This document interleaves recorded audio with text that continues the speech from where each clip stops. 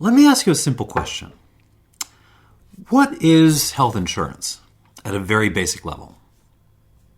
I hear someone in the back say risk mitigation.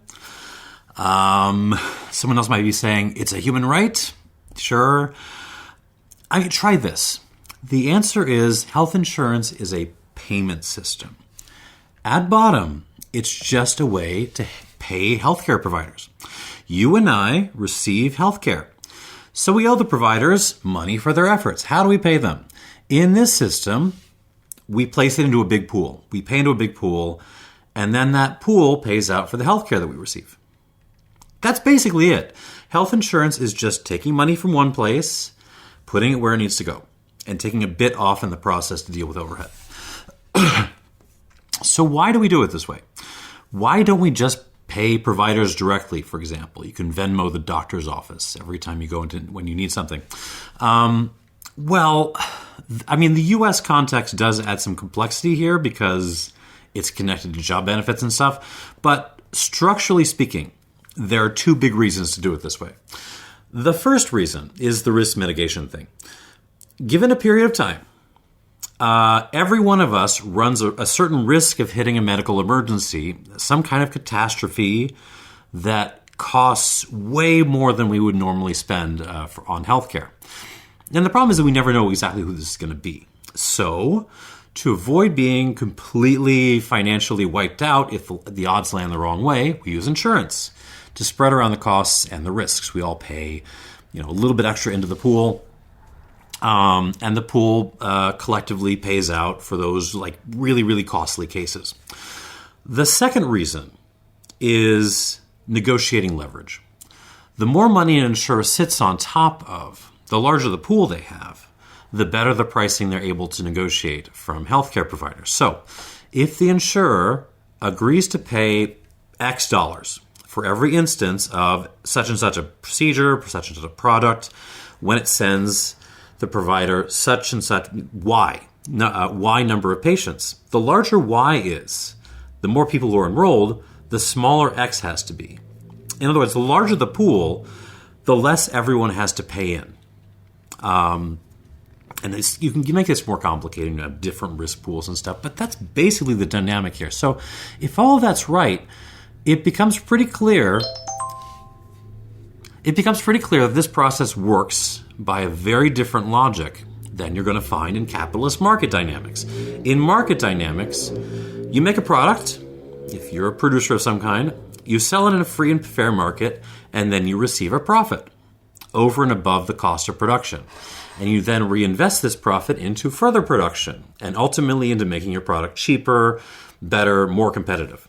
That's how this is supposed to work, right?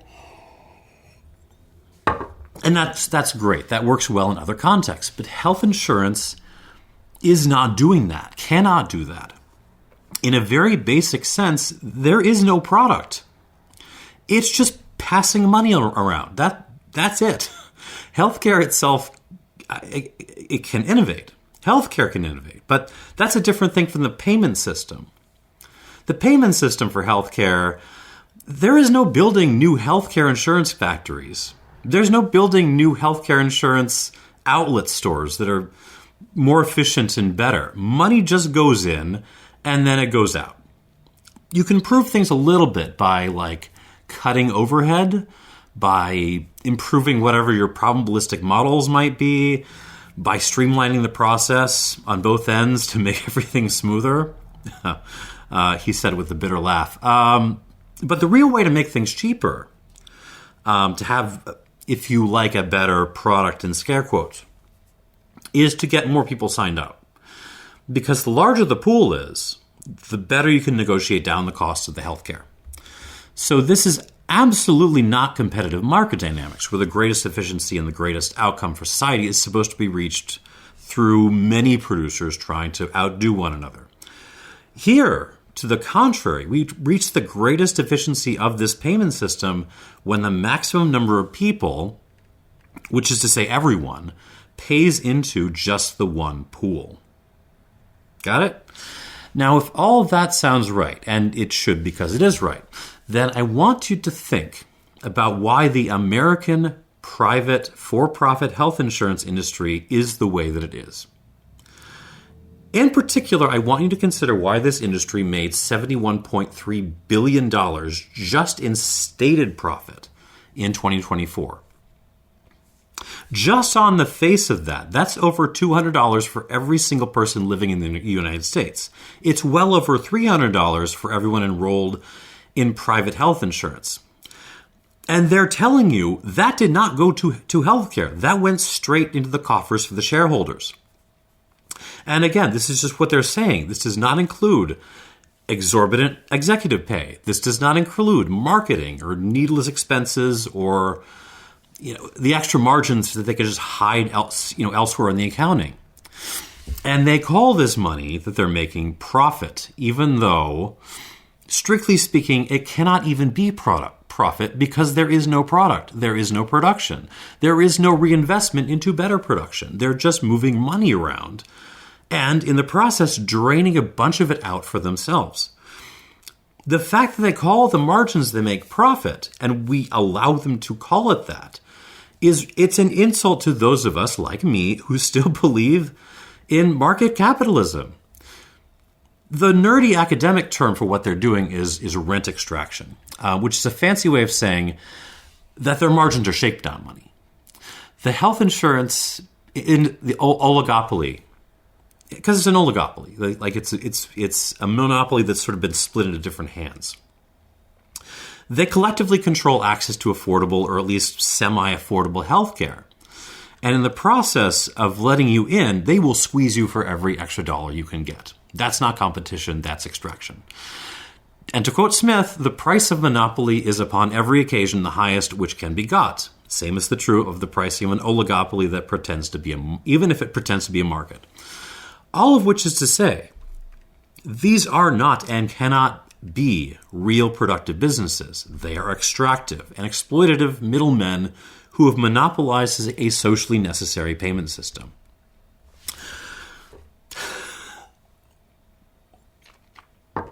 So, want to know who agrees with me on this? Want to know who agrees with me? Let's start with most of the history of U.S. health insurance. Up until the 1980s, health insurance providers were required to be nonprofit organizations. I'm going to repeat that. Health insurance was nonprofit by the regulations up until Reagan. And that totally makes sense. These insurance companies, these entities, they all began as benefits, side benefits given to people with certain jobs or in certain organizations. They were not independent businesses in their own right. And also, I'm pretty sure someone back then understood how utterly stupid and dangerous it would be to give these entities a monetary incentive to deny care. So, none of the current system, what we're in right now, it's not that old.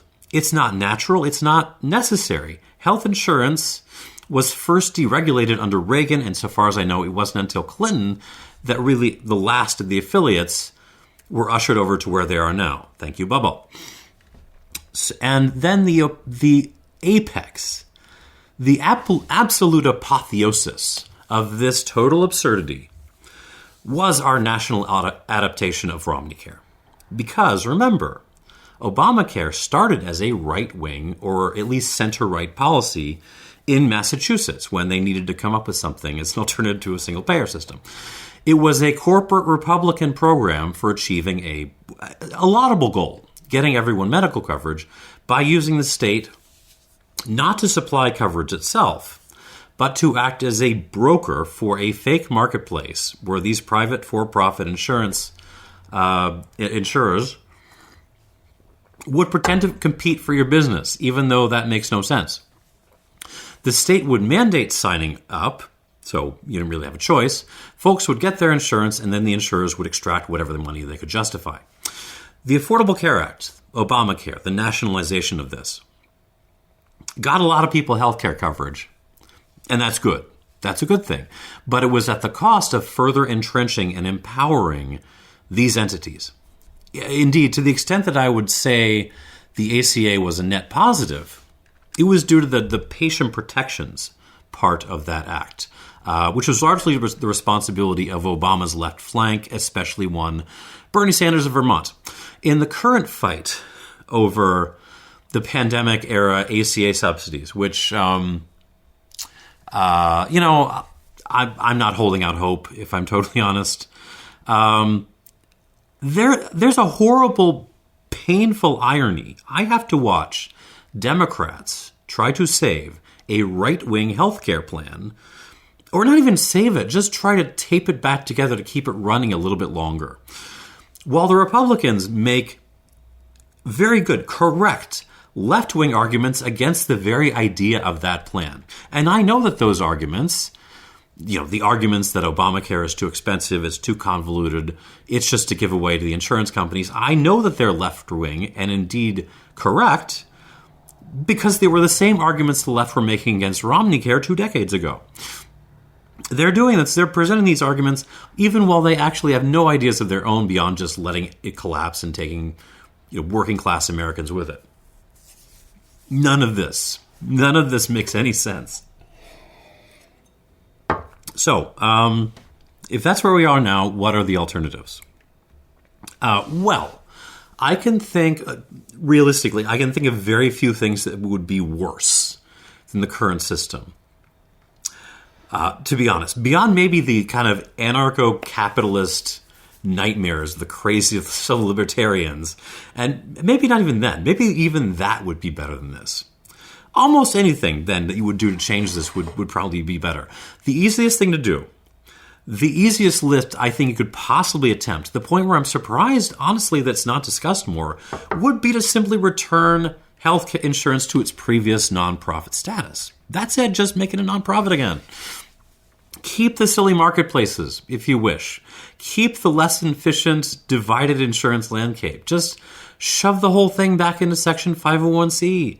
Return it to what it used to be half a century ago, namely something to benefit the public. This would be so unambiguously a good thing, so clearly a win for just about everyone, that I cannot think of serious arguments against it beyond the tears of the executives and the investor class. Now, still better than that would be to just do what almost every other developed country has already done. Switzerland is an interesting counterexample because they do a series of nonprofit entities, kind of like what we used to do, but that's another discussion. Almost every other developed country has developed a single-payer system, which is to say there's one insurer, one pool controlled somehow or other by the state. There's different ways of doing that. And every resident pays into that one pool. And from everything I've explained above about the dynamics of this process, remember, we're not talking about healthcare itself. We're not talking about nationalizing healthcare. That's a different itself. That's a different conversation. This is a payment system. And a single-payer healthcare system would be by far the best choice. That is what the system tends towards. Now, someone, in listening to all this, is going to mention as an additional alternative a public option, which is basically shorthand for having a state-managed health insurance pool out there on the so-called market, available to everyone alongside and competing in scare quotes with the private insurers. That's a public option. Let me be clear. This would be an improvement over the current system because anything would be. But that still doesn't mean that it makes much sense, and more than that. I think it's something to be cautious of. Be cautious when you hear the phrase public option, because there's a big difference between a public option as something to settle on versus something to campaign on. And what I mean is, if the Medicare for all single-payer folks like myself fight for that overhaul, they try to get the system overhauled, and they can't pull it off. They really can't find the votes. Then at least getting in the public option is still a win, even if it's not ideal, and even if it doesn't make any damn sense. That's one thing. But if you see a politician, a Democrat, we're really talking about Democrats, right? If you're seeing them actively campaigning for a public option as some kind of reasonable middle ground, because that sounds good, that is a tell. That is absolutely tell. That figure, that person, that Democrat, either has no idea what they're talking about because the dynamics of the payment system, as I just explained, tend towards single payer as the most efficient approach. They don't know either they don't know what they're talking about, or more likely they're speaking in bad faith and saying whatever they need to say to get out of a primary or otherwise defend their left flank. Either way, when someone like this gets into power, they will give you absolutely jack and shit in terms of reform of the system, because they will either get negotiated down to nothing, or they will just throw up their hands and say we don't have the votes because they don't want to make their donors mad. And as proof of this, I give you our own dear President Joe Brandon, who ran in a public option in 2019 and 2020, if you recall, and then never mentioned it again. There you go. Just keep that lesson in mind. So let's talk about some counter-arguments. By the way, if you've made it this far in, I should introduce myself. If you don't know me, I'm Scott. And most of the time, I'm reviewing alcoholic spirits over on my main channel. Right now I'm having this lovely rum from Chicago, where I lost my notes. But basically I just wanted to try out doing a channel on the side for kind of dedicated content on philosophy and politics and economic stuff. So here we are. But counter arguments to everything I just said. I had some trouble coming up with this. As I said, I can barely come up with good objections against insurers returning to nonprofit status as a bare minimum, because I think it's just so straightforwardly obvious that, what would I'll try to come up with some counter arguments, but there have been a lot more arguments posed against the kind of single payer approach I would advocate for and prefer. So here's some counter arguments to kind of develop the case, and some responses from me. I've got 10 of them. Well, 10 and an addendum that I added at the last minute. Number one, first counter argument. Scott, you act like health insurance isn't a real productive business. But that's not true, because passing money along is a service. So insurers have a right to make profits off of that service. No. I mean, the guy who puts a big restaurant bill on his credit card and then collects everyone else's share in cash and Venmoing and stuff, he might be doing them in a service in some broad sense, because he's ultimately paying the bill. But it's not a service that makes sense in the logic of the market. The business, the producer here, is the restaurant, not the guy who's paying the restaurant on behalf of the table. And same way, just as it is the health care providers actually providing the health care, not the insurers, not the payment system. And you can make the situation as complex as you want beyond the very basics. You can say the whole table might benefit by paying on one card. Maybe there's some overhead to worry about if you do it that way. You can stack those complexities on top, but you still don't make the guy with the credit card a productive business in the same way that the restaurant is. There's no real room for market forces and capitalist innovation when it just comes to signing the little, the billing printout. Period. Counter-argument number two, the slippery slope argument. But Scott, if we're going to nationalize one payment system, why not nationalize them all? Why shouldn't we then nationalize or non-profitize Visa and MasterCard? But that would be outrageous. I mean, don't tempt me with a good time. If you want to nationalize Visa, go ahead and make my day. I do think at minimum there should be a public electronic payment system, as various other countries already have, because all the businesses in my area are going cashless, and Visa shouldn't be making money off of that. But more to the point, the slope stops where you want it to stop, because we're supposed to be a democracy, and we should be able to make our own decisions about how our payment systems are regulated. Objection 3, this is the ideological argument. But, Scott, a single-payer, government-run healthcare payment system is socialism. And socialism is bad, whereas capitalism is good. No.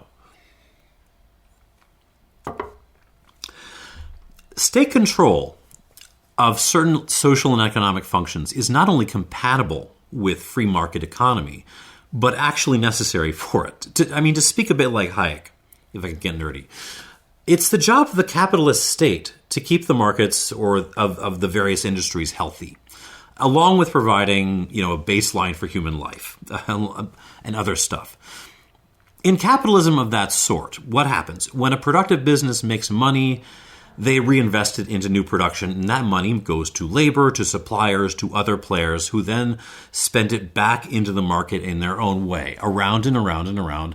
And, in capitalism, there will be ugliness along the way. Some of the businesses will fail, for example. But the overall result, especially if the state is doing its job, should be prosperity. But when players in the market, when the people we've just talked about have to pay off characters like these insurers, rent-seeking middlemen, oligopolists, abusive bankers and landlords, those kinds of folks, characters who take over important social, political, and economic choke points and squeeze them, that money, the money that gets paid to them, disappears into a black hole. The money taken in by these characters ends up in the hands of the investor class, where it is, generally speaking, not spent and recirculated in the same way. It is inert. Actually, it's not even inert. It is used to buy up more assets in order to suck even more money out of the real economy. In that context, if you understand that opposition, it is absolutely the job of the capitalist state to cut off those characters, the rent seekers, to cut them off at the knees somehow, and to let that money remain in the real competitive market, where consumers can spend it on stuff, where employers can use it for something useful, and so on. And to the extent the functions those characters were performing, even if they were squeezing away, like paying for healthcare, are important and necessary, it makes total sense, again, from a capitalist free market perspective, to socialize those functions. There's a reason why even Friedrich frickin' Hayek, advocated for what he called a comprehensive system of social insurance. Now, there is an addendum to this objection that I thought of at the last minute, so it didn't get its own number. 3A, addendum to the ideological argument. But Scott, single payer will raise taxes. Sure, but just like the insurance payment did, the taxes are going straight through Uncle Sam and over to your care provider, because it's a payment system. This is semantics. Call it insurance payments, call it taxes, call it spaghetti. It's all the same thing. Done. Period. Objection number 4. But Scott, look at how much trouble the single-payer systems around the world are having right now. And to some extent, that's true.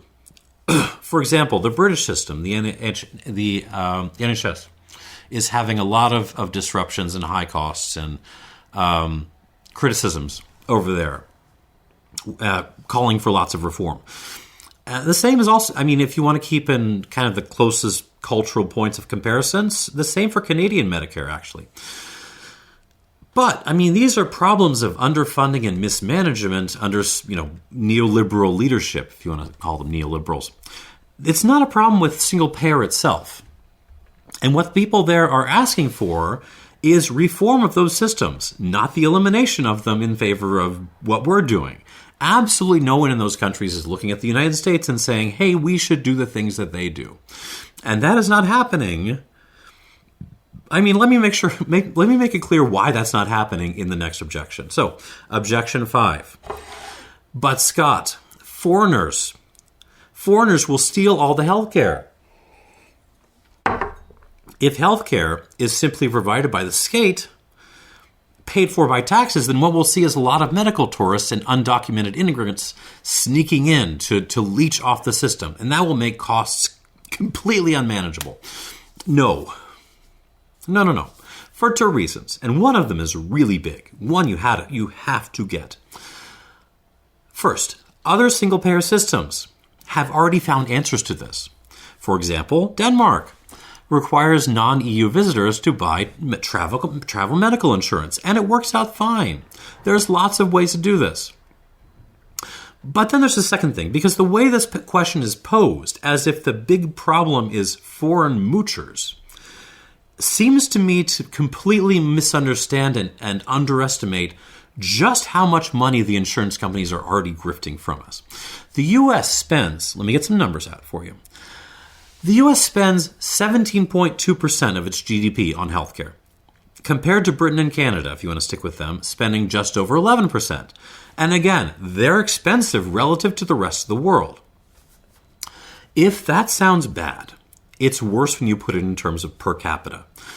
In 2024, per capita, each American spent around $12,600 on healthcare, as compared to Canadians and the British, who paid somewhere between $6,000 and $7,000.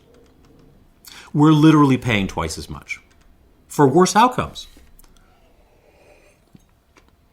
Now, to be clear, I don't think we could just half our costs by going single payer.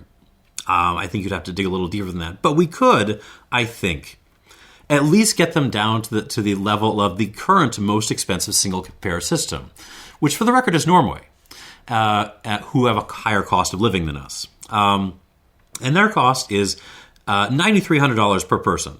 So a savings of roughly 26% or so versus our current expenditure. So let's do some quick napkin math. If we implemented single payer and get down to the level where Norway is paying, and they're, everything is more expensive in Norway than here, with no controls on non-residents. If we had no controls on non-residents and had literally every undocumented immigrant in the U.S. mooch off the system, plus even they could all bring a friend along. Why not? So that they can mooch too. And also, if every single foreign visitor to the U.S. was also mooching off, let's say twice as much health care as residents out of the system for however long they're staying. Even with all that mooching, we would still be saving money and still be getting better outcomes with single payer compared to where we are now. So, take this in perspective. As is often the case, the problem, the leeching, the mooching, if you like, it isn't foreigners. It's billionaires in the investor class. Done. Number 6, objection 6, the Obama argument. But, Scott, private health insurers employ a lot of people. They would all be put out of work if we changed anything, and that would be bad. And fair enough. And you know what? I will, right now, personally pledge to donate a serious portion of the money I would personally save under a single-payer system. Take the first year, take all of it. Put all that money towards retraining these folks so that they can transition to a career that is actually beneficial to society, rather than helping with the functions of a gigantic parasite. That seems fair. I would agree to that. Objection 7. The freedom objection. But my freedom. But Scott, my freedom. And I had to grant this one. Yes, it's true. Yes, if I'm in charge, and if people like me are in charge, then I'm taking all of your freedom away. Your golden days of being free to die on the streets due to medical bankruptcy, they're over. Instead, I will force you into good comprehensive healthcare coverage provided by the state, paid for through progressive taxation, and you're just going to have to take it, whether you like it or not. You will no longer be free to need to call your insurer to get basic shit reimbursed. No longer free to have to stay in a crappy full-time job you hate just so your coverage doesn't lapse. Not even free to see your premiums randomly double for no reason. So you're just going to have to get used to the tyrannical hell on earth that is actually having healthcare at the most systematically efficient price. The American dream is dead. The bald eagles and pickup trucks are in shambles. Tough noogies. Objection 8. But Scott, even if there might be benefits in the long run, socialized single-payer healthcare is just too big and too ambitious a project. We've never done it like that before, and it would be too difficult to figure out now. And this is total horseshit. Right now, between the MHS, so military healthcare, the VA, TRICARE, and so on, Medicare, Medicaid, whatever others I'm forgetting, something like a third of the U.S. population is already under some kind of socialized healthcare payment system. We're already doing this. We already know how to do this. That's been the case for almost a century. All that we'd be doing is scaling up what we already got. That's it. Objection 9. But Scott, if everyone has access to healthcare, it'll overwhelm the system. Granted, it's true that we need more doctors, more nurses, more hospitals. That's another video. I won't go into that. Even so, even if I grant that, this idea that the system will be swamped is screwed up on so many levels. First, just start with this. Just because uncovered people don't have health insurance doesn't mean they are magically exempt from needing health care, that they never, ever, ever stress the system. To the contrary, they tend to put off going to get care, usually going to the emergency room until the very last second, until it's that much worse and costs that much more, which ends up ruining them and also, sideswiping the rest of us. And this is already happening in the current system. Second, it's hard to make people go see a doctor even when they do have health care coverage. So, and I should know, I'm a chronic underuser. So the idea that you're just going to see runs in the hospitals because there's suddenly a more equitable payment system, it makes absolutely no sense. Like, even if that's like from the perspective of preventative medicine, having a run on the preventative, on the general practitioners might actually be a good thing. But then third, at an ethical level, there's something truly grotesque about saying, screw you, got mine, when it comes to frickin' health insurance, as if the very possibility that you might have to wait an extra week or two to go see a dermatologist, which probably won't even happen for reasons I've just explained, is because, it's too much of an inconvenience to you to let the poors have any access to what you already have. Like, that's just horrific. You're telling me you're happy to pay more money to get more exploited by the current system, stay in a fundamentally more precarious situation, all to keep people away from basic, sensible healthcare coverage because you think they deserve it less. I don't know, bro. Take a look in the mirror. Last objection, number 10. But Scott, whenever we've tried for a single-payer system, it always gets shot down. And it would be smarter, therefore, to work towards something more achievable. The first premise of this is absolutely true. We have a century of single-payer systems being proposed in some form or other and then shot down, beginning with the old Wagner-Murray-Dingle bill from the New Deal, from the 30s, if I remember correctly, which was ultimately delayed and then dogpiled by anti-communist scaremongering. The 2009 healthcare debates, Vermont, California, it just keeps happening. Like, every time single payer comes up, as it should, for systematic reasons, it is buried in disinformation and somehow or other goes down in flames. And it makes total sense why that should happen.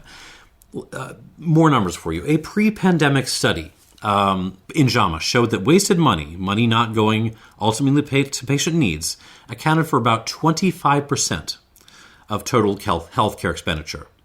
That's all waste. And I'm guessing that that's a conservative estimate, and I'm guessing that it is now, these days, worse. But the reason why waste never goes away, why we never fix that, despite it obviously being a bad thing, is that on the other side of the ledger, from that waste, is someone making a ton of money. And those parties will always throw everything they have at keeping that waste happening. So it makes sense that a better, fairer, cheaper healthcare system will always get buried in money like this. But it's completely the wrong lesson to learn from that we should give up and focus on what's achievable. That is to say, just take whatever those interests will deign to give us, because that's always only going to be whatever lets them keep the money flowing in. And that ultimately means you're going to get nothing of any real substance. Again, think about the history of Democrats campaigning for a public option. The right lesson to learn is that we need to be smarter and to fight harder. And above all, we need to put in the foundational work of educating people about what the situation is, why the nature of health insurance is the way it is, why the dynamics of it logically point straight to single payer. And that's basically what I'm trying to do here, by the way. Because anytime this comes up, the attacks and the misinformation will always come fast and hard. And that conversation will be over before it begins unless people already have the tools to cut through it. Unless they've already learned in the meantime that it's all nonsense and bullshit. So, the reason why I post this, why I'm making this video now, is not really to advocate for, changes in healthcare insurance now.